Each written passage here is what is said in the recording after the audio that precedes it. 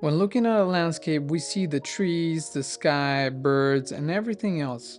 However, real pro painters don't see all these things. They actually only look at two things.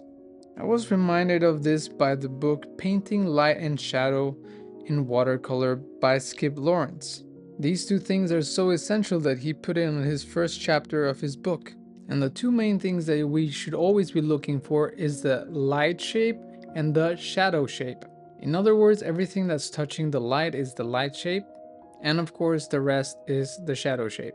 To show us the power of this exercise, Skip goes and says that we should only focus on the shadow, leave all the white shape in white, and just focus on the shadow and the color of the shadow. And he doesn't mean the local shadow color. He just means that you can just put whatever you want in that shadow shape. So I decided that today I was gonna try to paint the shadows first and then the light. But this turned out to be a bigger of a challenge than I expected.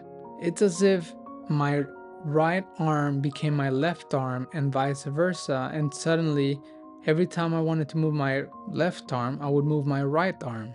And it was just very confusing and awkward as well. And spoiler alert, I failed at doing this. This is not to say that this technique is a bad technique. It just means that I'm not used to it.